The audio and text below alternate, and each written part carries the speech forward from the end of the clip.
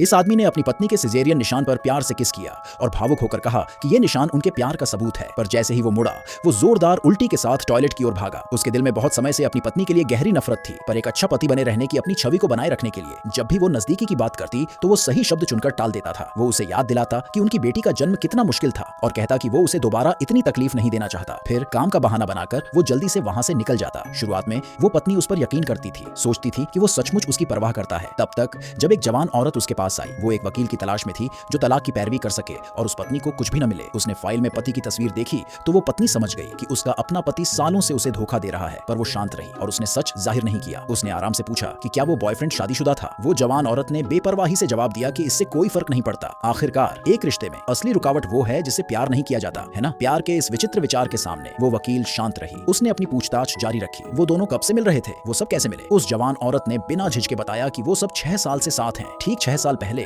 उसने उसे एक हॉस्पिटल के गलियारे में देखा था। वो बहुत परेशान लग रहा था। उसने उसे सांत्वना देने के लिए एक लॉलीपॉप दी और भरोसा दिलाया कि उसका करीबी इस मुश्किल से बाहर निकल जाएगा। ये कुछ शब्द उसका दिल जीतने के लिए काफी थे और वो सब तब से साथ हैं। ये सुनकर वो वकील को अचानक याद आया, ठीक 6 साल पहले वो अपनी बेटी को जन्म दे रही थी। जब वो लेबर रूम में संघर्ष कर रही थी, वो गलियारे में किसी और पर मोहित हो रहा था। फिर भी उसने कुछ जाहिर नहीं होने दिया। उसने सिर्फ पूछा कि क्या उस पत्नी को इस चक्कर के बारे में पता नहीं हो सकता है। उस जवान औरत ने हैरानी से कहा, असंभव। उसने यह भी बताया कि उसका लवर उसे नियमित रूप से बताता था कि उसे उस मुरझाई हुई औरत के लिए कोई इच्छा नहीं है जो उसके साथ रहती है। जैसे जैसे वो विजिटर आराम से उनकी निजी जिंदगी की डिटेल्स बता रही थी, वो वकील को लगा कि उसके सारे भ्रम टूट रहे हैं। उसने आखिर में हाँ कर दी। उसने अपने पिता के असिस्टेंट को फोन किया और अपने पति की कंपनी के लिए $100 करोड़ का इन्वेस्टमेंट निकालने का आदेश दिया। फिर उसने उनकी सारी कपल फोटो कचरे के डिब्बे में फेंक दी। अगर प्यार ईमानदार नहीं हो सकता तो वो उसे अपने हाथों से बर्बाद कर देगी। अगले ही दिन उसने कंप्यूटर पर अपने पति और उसकी मालकिन के बीच हुई सारी बातचीत ढूंढी। उसने संपत्ति के गबन के सारे सबूत भी जमा कर लिए। उसी समय उस जवान औरत ने उसे एक मैसेज भेजा। वो आज रात परिवार के साथ डिनर के लिए अपने लवर के घर जा रही थी। कुछ ही देर बाद पति ने भी उसे लिखा। उसने बहुत ज्यादा काम का बहाना बनाया और उसके लिए अकेले सिनेमा का टिकट खरीदा। उसे आराम करने के लिए कहा। इतने ढोंग को देखकर वो वकील को उल्टी आने लगी। उसने तब जान लिया कि उसे इस डिनर में जाना चाहिए ताकि वो आखिरकार अपने पति का नकाब उतार सके। एक पल भी बर्बाद किए बिना उसने अपनी कार ली और घर चली गई। उसका पति अभी अभी अपनी मालकिन को घर के अंदर लाया था। वहां पहुंचने के बाद वो वकील अंदर नहीं भागी। उसने बाहर से माहौल देखने का फैसला किया, यह जानने के लिए उत्सुक थी कि ये अपमानजनक स्थिति पर परिवार कैसे रिएक्ट करेगा। जो उसने देखा उससे वो हैरान रह गई। उसके सास ससुर ने उस जवान औरत का खुले दिल से स्वागत किया जैसे वो उसे हमेशा से जानते हो। यहाँ तक कि उसके देवर ने भी इस रिश्ते पर खुशी जाहिर की। सिर्फ उसे अंधेरे में रखा गया था। इससे भी बुरा,